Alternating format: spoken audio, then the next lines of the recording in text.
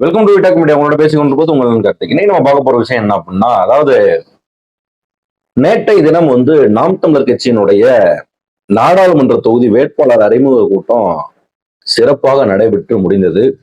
அண்ணனும் சும்மா பொங்கலுக்கு புது சட்டை போட்டு நிக்கிற மாதிரி நல்லா ஒரு சிவப்பு சட்டையும் வெள்ளை வேஷ்டியும் கட்டி குடும்பத்தோட அந்த கூட்டத்துல பங்கு பெற்று ஒரு மிகப்பெரிய எழுச்சி உரை கொடுத்தார் அப்படின்றத சொல்லணும். ஆமா, அவர் கொடுக்கறது எழுச்சி உரை தானே. ஆமா, வருட வருடம் இது மாதிரியான ஒரு பிரம்மாண்ட அளவிலே மேதகு பிரபாகரன் அவருக்கு ஒரு கூட்டம் போடுவாரு. ரெண்டாவது தேர்தல் களம் வந்துட்டா நல்ல வசூலை போட்டு இது மாதிரி ஒரு வேட்பாளர் அறிமுக கூட்டம் சொல்லி ஒண்ணு போட்டு பயங்கர ஒரு, அதாவது என்னமோ இதுவரையும் ஒரு இதே மாதிரி கூட்டம் நடத்தி பல லட்சம் பேரை கூட்டி எலெக்ஷன்ல நின்று ஜெயிச்சு இதுவரைக்கும் நாம் தமிழர் கட்சி சார்பாக அநேகவே சட்டமன்றத்துக்குள்ள போய் மக்கள் பணியாற்றி எதிர்கட்சியாக அமர்ந்து பின்னாட்களிலே ஒருவருக்கு ஒரு முறைதான் வாய்ப்பு, மறுமுறை வாய்ப்பு கிடையாது. மற்ற கட்சிகளை மாதிரி வருடம் வருடம் ஒரே ஆள்களை ஒரே வேட்பாளர்களை நிக்க வைப்பது போன்று நாம் தமிழர் கட்சியில் கிடையாது. ஆனா நாம் தமிழர் கட்சி ஜெயிச்சு உள்ள போகும் அப்படின்றத போல ஒரு நரேஷனை செட் பண்ணக்கூடிய வேலையை சொல்ல போனா குரலி வித்தையை வருடம் வருடம் காட்டுவார். இப்ப இந்த கூட்டத்துல அவரு என்ன சொல்லியிருக்காரு, பொதுவா பார்த்தோம் அப்படின்னாக்கா வேட்பாளர் 20 பேர் ஆண்கள், 20 பேர் பெண்கள், மொத்தம் 40 பேர் புதுச்சேரி உட்பட சேர்த்து. சோ இப்படி இருக்கிறப்ப இதுல பெரும்பாலான பேர் டாக்டர்ஸ், இன்ஜினியர்ஸ், இந்த மாதிரி ஒரு பலதரப்பட்ட ஒரு படித்த பட்டதாரிகள் அப்படின்றத முதன்மையாக நம்ம பார்க்க வேண்டியிருக்குது. அதுலயும் அதிகமான கேண்டிடேட் டாக்டர்ஸ், மருத்துவர்களை நிக்க வைத்திருக்கிறார். எண்ணி பார்த்தா விவசாயி அப்படின்றதை போன்று நம்ம எண்ணி பார்த்தோம் அப்படின்னா ஒரே ஒருத்தர் தான் விவசாயி வேட்பாளராக இருக்கிறார். ஆனா பாருங்க, விவசாய சின்னம் போயிருச்சுன்னு ரொம்ப கவலைப்பட்டு வருத்தப்பட்டு ஒரு தீக்குச்சி சின்னம் கொடுத்தா கூட அதை வைத்து ஒரு நரேஷன் செட் பண்ணி கொண்டு போயிடலாம். நாங்கள் தீக்குச்சி, நாங்கள் எரி நெருப்பு, நாங்கள் புரட்சியை வெடித்து அப்படி இப்படின்னு சொல்லி எனத்தையா கொண்டு போயிடலாம்னு நினைச்சேன். அதையும் கொடுக்கலையா, அதையும் வேற யாருக்கும் கொடுத்துட்டாங்க, புலம்புறாரு. இன்னொரு காரணம் என்ன சொல்றாரு, கடைசியில ஒரு விரக்தியில தான் செருப்பு சின்னமாவது கேட்டுருவோம், செருப்பு இதுக்கு வாக்களிக்க வேண்டியது உங்கள் பொறுப்பு அப்படி இப்படின்னு சொல்லி போட்டு மேடையில புகாக சிரிச்சு கடைசியில ஆம் ஆத்மி மாதிரி, ஆம் ஆத்மிக்கு எப்படி தொடப்பக்கிட்ட இருக்குதோ விளக்கமாறு இருக்குதோ குச்சி விளக்கமாறு, அதே மாதிரி நம்மளுக்கு செருப்பு சின்னத்தை கூட கேட்டுருவோம் அப்படின்ற மாதிரியான ஒரு முடிவுல இருந்திருக்காரு. ஆனா அது ஒரு ஒரு மேடையில உள்ள ஒரு காமெடிக்கு சொன்ன மாதிரிதான் எனக்கு தோணுச்சு. பரவலாக தேர்தல் ஆணையம் நாம் தமிழர் கட்சிக்கு மைக் சின்னத்தை ஒதுக்கி உள்ளது என்பது அநேக மீடியாக்களிலே செய்தியாக வந்தது நம்ம அனைவருக்குமே தெரியும். ஆனா இன்னமும் இந்த தம்பிமார்கள், தற்கூரி தம்பிமார்கள் பாருங்க, சீமானே எங்கள் சின்னம் அப்படின்ற மாதிரி சொல்றானுங்க. அதாவது ஒரு பக்கம் உச்ச நீதிமன்றத்துல மனு போட்டு இறுதி தீர்ப்புக்காக வெயிட் பண்றதுனால இது மாதிரியான விஷயங்களை சொல்லிட்டு இருக்கிறாங்களா? ஆனா தேர்தல் ஆணையம் மைக் சின்னத்தை ஒதுக்கி அது அந்த லிஸ்ட்ல இருந்தோம்னா பார்த்தோம்னா இருக்குது. ஆனா பாருங்க, இன்னமும் அந்த கூட்டத்துல வேட்பாளர் அறிமுகத்தோட இந்த சின்னத்தை ஒரு அறிமுகப்படுத்தி தனி சின்னத்தை அறிமுகப்படுத்துவதாக தான் இருந்தது. அண்ணன் பயங்கரமா பண்ண போறாருன்ற மாதிரி இருந்தது.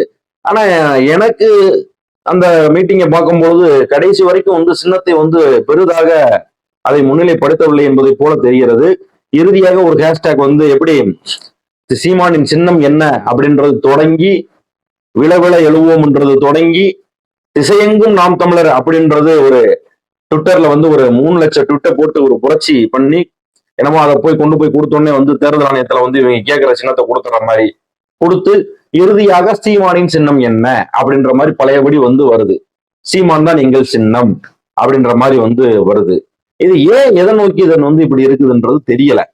அண்ணன் இதுல குறிப்பிட்டணும்னு சொல்றாரு. அதாவது இந்த வருட தேர்தலில் நிக்கிறவங்க எல்லாம் நல்லா புரிஞ்சுக்கணும். அடுத்த முறை 2026 சட்டசபை தேர்தல்ல இளைஞர்களுக்கு வாய்ப்பு கொடுக்க போறாராம். இவர் கட்சியில இளைஞர்கள் எப்படி இருப்பாங்கன்னு தெரியும்ல.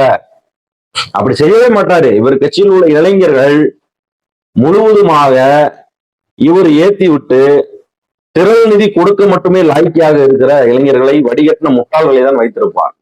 உண்மையிலே படித்தவனையும் ஒரு பாமர முட்டாளாக உருவாக்கி மாற்றி வைப்பதில் வல்லவர் இந்த சீமான் அவர்கள். ஆனா இப்பொழுது வந்து அடுத்த தேர்தலில் நான் இளைஞர்களுக்கு அதிகப்படியான வாய்ப்புகளை நான் கொடுக்க போகிறேன். அதுல ஒரு சூசகமாக வந்து அதுல ஒரு சீட்டு என் மகனுக்கு மூத்தவனுக்கு நான் கொடுக்க போறேன், அவன்கிட்ட கேட்ட நிக்கிறேன் தான் அப்படின்ற மாதிரி போற போக்குல அடிச்சு விடுறாரு. அப்ப போற போக்குல அடிச்சு விடுறது என்னது?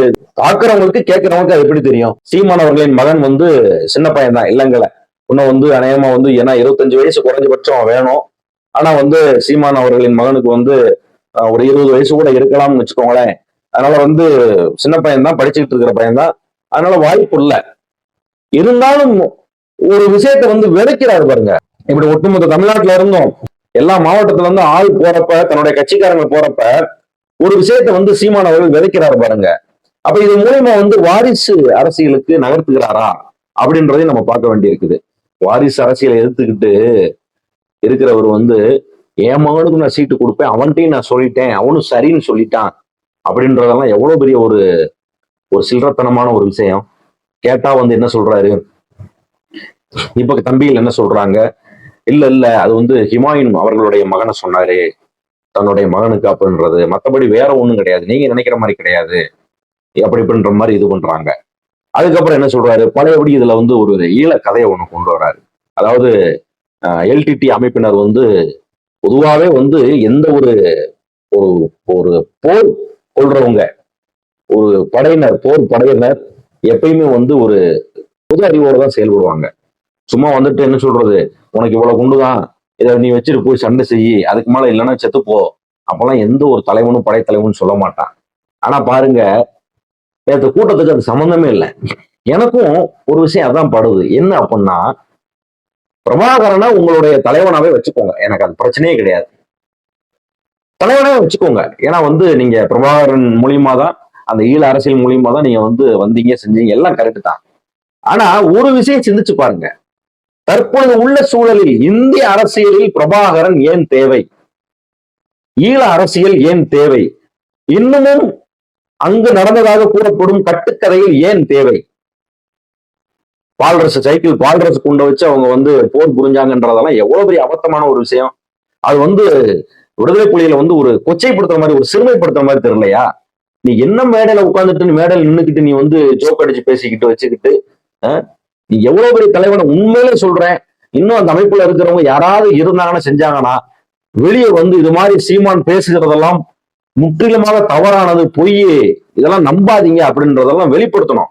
ஏன்னா வந்து இந்திய அரசாங்கால தடைப்பட்ட ஒரு இயக்கம் தான் அந்த எல்டிடி அமைப்பு இந்திய அரசுல. சோ அந்த தடையை ஏற்று விடுறதுக்கு ஏகப்பட்டவர் ஏராளமான முயற்சி பண்ணாலும் விடுதலை புலிகள் ஒரு டெரரிஸ்டுக்குரிய ஒரு விஷயம் கிடையாது. அதனால வந்து அதுக்கு வந்து அந்த ஒரு தடையை நீக்கணும் அப்படின்றதுக்கு எவ்வளவோ பேர் போராட்டம் பண்ணிக்கிட்டு, எவ்வளவோ பேர் ஐநாளையும் பேசிக்கிட்டு, வழக்கு தொடுத்துக்கிட்டு, இன்னும் வரைக்கும் வந்து அந்த வழக்கை எதிர்கொண்டு வாதாடி கொண்டு இருக்கிற நேரத்திலே இது போன்ற அவ்வப்போது வந்து சில விஷயங்களை சொல்லும் போது, செய்யும் போது எவ்வளவு பெரிய அவங்கள கொச்சைப்படுத்துற மாதிரியான விஷயமா இருக்கும். இது ஒரு புறம் இருக்க. ஒரு பக்கம் வாரிசு அரசியலை ஒழிக்கிறேன்னு சொல்லிட்டு வாரிசு அரசியலுக்கு ஊக்கம் கொடுக்குறாரா, இன்னொரு பக்கம் இளைஞர்களுக்கு கொடுக்க போறாங்களாம். வருஷம் நீங்க யாரு கொடுத்தா என்ன? எந்த ஒரு மாற்றத்தை ஏற்படுத்தாத சாதாரண வார்டு கவுன்சிலர் நின்று ஒரு இளைஞர்களை, படித்த இளைஞர்களை ஜெயிக்க வைக்க துப்புள்ளாத உங்களுக்கு எதுக்கு வந்து அடுத்த 2026 நான் இளைஞர்களுக்கு கூட வாய்ப்பு கொடுக்க போறேன், எல்லாரும் ஒதுங்கிக்கணும், யாரும் வந்து சீட்டு கேட்டு சண்டை போடக்கூடாது. இப்ப யாரு உங்க கட்சியில இருக்கிறவங்க சீட்டு கேட்டாப்புல நீ இந்த மாதிரி கொடுத்து நிக்க வச்சிடறீங்களாக்கும்? நான் தெரியாம கேட்கிறேன். இப்ப இந்த 20க்கு 20லயே வந்து எத்தனை பேர் வந்து நாம் தமிழர் கட்சியில வந்து அரும்பாடுபட்டவங்க, தன்னோட பொருளாதாரத்தையும் தன்னோட உடைமைகளையும் தன்னோட உதரத்தையும் வந்து கொடுத்து வேலை பார்த்து கட்சிக்காக உழைத்தவர்களுக்கு நீ எத்தனை பேருக்கு சீட்டு கொடுத்துருக்கீங்க? இந்த டாக்டர், மருத்துவர்கள் சொல்லி நிக்க வச்சிருக்கிறீங்களா? இவங்க எல்லாம் இதுக்கு முன்னாடி எந்த போஸ்டிங்ல இருந்தாங்க? நாம் தமிழர் கட்சியில எந்த போஸ்டிங்ல இருந்தாங்க? அங்கிட்டு ஒரு பக்கம் பார்த்தோம் அப்படின்னா வீரப்பன் அவர்கள் மகளை வந்து வித்யாராணி வீரப்பன் அவர்களை வந்து கூட்டு வந்து பிஜேபியில அவங்க ஒரு பொறுப்புல இருந்திருக்காங்க, செஞ்சிருக்காங்க. ஒரு வருஷம் கூட அதுல பயம் நிக்கல, அவங்கள கூப்பிட்டு வந்து இங்க வந்து வாய்ப்பு கொடுத்துருக்கீங்க. இப்படி எல்லாம் இருக்கிறப்ப வைக்கிறப்ப நீங்க எந்த தேர்தல் வந்தாலும் எந்த விஷயத்த பண்ணாலும் ஒரு விஷயம் தான் புலப்படுது. ஏதோ ஒரு விஷயம் பண்றீங்க, இந்த வட்டம் ஓட்டு வந்து கணிசமா வந்து ஏற்கனவே வந்து சித்தப்பாவோட ஒரு அண்டிங்க இருந்தீங்க ஏடிஎம்கே கூட, அதனால நம்ம வந்து அதுக்கு தகுந்த மாதிரி டம்மி வேட்பாளரை போட்டு ஏடிஎம்கே சாதகமா ஜெயிக்கிற மாதிரி நம்ம வந்து சில வாய்ப்புகளை உருவாக்கி கொடுப்போம். திமுகக்கு, அதாவது ஏடிஎம்கே மேல பிஜேபி மேல அதிருப்தியில இருக்கிற ஓட்டப்பெல்லாம் வந்து திமுகவுக்கு போக விடாம தடுப்போம். அந்த வேலையை பார்ப்போம். டம்மி வேட்பாளரை போட்டு சில கணிசமான வாக்குகளை நீங்க வாங்கி வச்சுக்கிட்டீங்க. இப்ப அதே வேலையை வந்து பிஜேபிக்கு பார்த்துக்கிட்டு இருக்கிறீங்க தான் தெரியுது. இந்த இடுமாவனம் கார்த்தி எழுதினார்ல, யார் பிஜேபியின் பாஜகவின் பி டீம், அவர் புத்தகம் எழுதிட்டாராம். அதாவது யார் பாஜகவின் பி டீம் அப்படின்ட்டு. உண்மையிலே சொல்ல போனா யாருன்றதை எடுத்துட்டு சீமான் தான் பாஜகவின் பி டீம் போட்டிருக்கணும். இல்ல அப்படின்னா நாத்தாக்கா தான் பாஜகவின் பி டீம் போட்டிருக்கணும். இதுதான் வந்து அவர் எழுதியிருக்கணும். ஏன்னா இப்ப அதுக்குரிய வேலை தான் நடந்துகிட்டு இருக்குது. எப்படி நேத்து 2 நிமிஷத்துல வந்து நேத்து அவ்வளவு பெரிய ஒரு பரப்புரை மீட்டிங், வேட்பாளர் அறிமுக கூட்டம் மீட்டிங் ஒரு பிரம்மாண்டமா நடக்க இருக்கக்கூடிய அந்த சூழல்ல இந்த ஏற்கனவே இந்த மாமா பையன் இருக்கான் பாருங்க, சாட்டை துரைமுருகன், பழையபடி போய் வந்து திருச்சி சூர்யாட்ட போய் பேசி மாட்டி அம்பலப்பட்டு யாருக்காக நாங்க அரசியல் பண்ணிக்கிட்டு இருக்கோம், யாருக்காக, அதாவது இந்த மத்த 2 தெய்வங்களும் மாறி மாறி உண்மையை சொல்றத பார்த்தா எப்பா அப்படின்ற மாதிரி கையெடுத்து கும்பிடணும்னு தோணும் பாருங்க. அந்த மாதிரியான ஒரு விஷயத்த வந்து சாட்டை துரைமுருகன் பண்ணி கடைசியில திருச்சி சூர்யா கிழிச்சு கேப்பையை நட்டி அதுக்கு சாட்டை துரைமுருகன் பயங்கரமா ஒரு வழக்கம் கொடுத்து என்னென்ன கப்பலித்தனம் பண்ணிக்கிட்டு இருக்கானுங்க. இவங்களெல்லாம் நம்பணும். தற்கூரி தம்பியில் நீங்க தான் விளைவிக்கிறணும். அண்ணன் வந்து தமிழ்நாட்டுல வந்து திமுகக்கு அதிமுகக்கு ஒரு மாற்று ஏற்படுத்த போறாரு செய்யறாருன்றத கனவுல கூட நினைச்சவே கூடாது. ஆமா, அண்ணனுக்கு கொடுக்கப்பட்ட அசைன்மெண்ட் அதுதான். அண்ணனுக்கு கொடுக்கப்பட்ட அசைன்மெண்ட் திமுகவை மட்டுமே எதிர்ப்பதற்கு. எப்பெல்லாம் வந்து பிஜேபி வந்து இங்க சுணக்கம் கட்டுதோ, இங்க சுணங்குற மாதிரி போகுதோ, எப்பெல்லாம் வந்து திமுக வந்து தேர்தல் வேலையை அதிகப்படுத்துதோ அந்த டைம்ல கரெக்டா அந்த ஈழக்கதையை கொண்டு வர்றது, காங்கிரஸ் வந்து என் தாய் தமிழ் உறவுகளை கொள்றதுக்கு துணை போன காங்கிரஸ் கட்சின்னு சொல்லி பிளைம் பண்றது, இப்படியெல்லாம் பண்ணி கவனத்தை திசை திருப்பி உங்கள் ஓட்டுக்களை வீணடிக்கிறதுக்கான வேலையை இந்த நாம் தமிழர் கட்சியினர் செய்வார்கள் என்பது நீங்க மனசுல வச்சுக்கிறணும். ஏன்னா இப்ப நடந்துகிட்டு இருக்கிறது ஃபுல்லாமே அம்பலமாகிக்கிட்டு இருக்குது. இதற்கு முந்தைய காலகட்டங்களில் எப்படியோ தெரியல. ஆனா இப்ப ஃபுல்லாமே வந்து மீடியா உலகம் ஆயிட்டதுனால எல்லா விடயங்களுமே தொடர்ந்து அம்பலமாய் கொண்டு வருகிறது. நாம் தமிழர் கட்சியினுடைய முக்கிய பொறுப்பாளர்களுடைய சாயம் வெளுத்து கொண்டு இருக்கிறது. சீமானுடைய சாயம் வெளுத்து கொண்டு இருக்கிறது. இறுதியாக நான் இந்த வீடியோல நான் சொல்லி முடிக்கிறது என்ன அப்படின்னா, இப்படியே போய் கொண்டிருந்தால் அண்ணாமலை சொன்னது போல 2024க்கு பிறகு நாம் தமிழர் என்ற கட்சி இருக்காதுன்னு சொன்னது போல நடக்கும் அப்படின்றத நம்ம பார்க்க வேண்டியிருக்கு. இவ்வளவு தூரம் வந்து ஒரு ஸ்ட்ரகிள் பண்ணி சீமான் வந்து கட்சியை நடத்தி கொண்டு போறதுக்கு அவர் ஸ்ட்ரகிள்லாம் பண்ணல. அவருக்கான நிதி வர வேண்டிய இடத்துல இருந்து ஓனத்துல இருந்து வந்துகிட்டு தான் இருக்கு. நல்லா என்ஜாய் பண்றாப்புல வாழ்க்கைய, நல்லா திரள் நிதி போட்டு அவரோட குடும்பத்தை சொகுசா பாத்துக்கிறாப்புல. அதனால வந்து அதுக்கு எந்த பங்கமும் கிடையாது. ஆனா வந்து தமிழ்நாட்டுல ஒரு புரட்சியை ஏற்படுத்துறேன், புண்ணாக்கை ஏற்படுத்துறேன்னு சொல்லி தமிழர்கள் மனதுல வந்து மீண்டும் ஆசையை தூண்டி இந்த தமிழர்களை அப்பாவி தற்கூரி தமிழர்களாக மாற்றி ஒரு கொடுங்கோன்மையான ஆட்சிக்கு துணை போகிறதற்கு வழிவகை செய்யாதீர்கள். தயவு செய்து நாம் தமிழர் என்ற போர்வையிலே அந்த எச்சத்தனமான வேலையை மட்டும் பண்ண வேண்டாம்ன்றதான் நம்ம இந்த வீடியோ மூலியமா நம்ம வந்து கேட்டுக்கொள்றோம். அதனால தம்பிகள் வந்து தயவு செய்து திருந்துங்க. வழக்கம் போல வந்து ஓயாம வந்து எதையாவது ஒண்ணு சொல்றது, 200 ஒப்பி, நீ திமுக காரன், நீ திமுக மீடியா, எந்த மீடியான்னு சொல்லிட்டு போது எனக்கு அவசியம் இல்ல.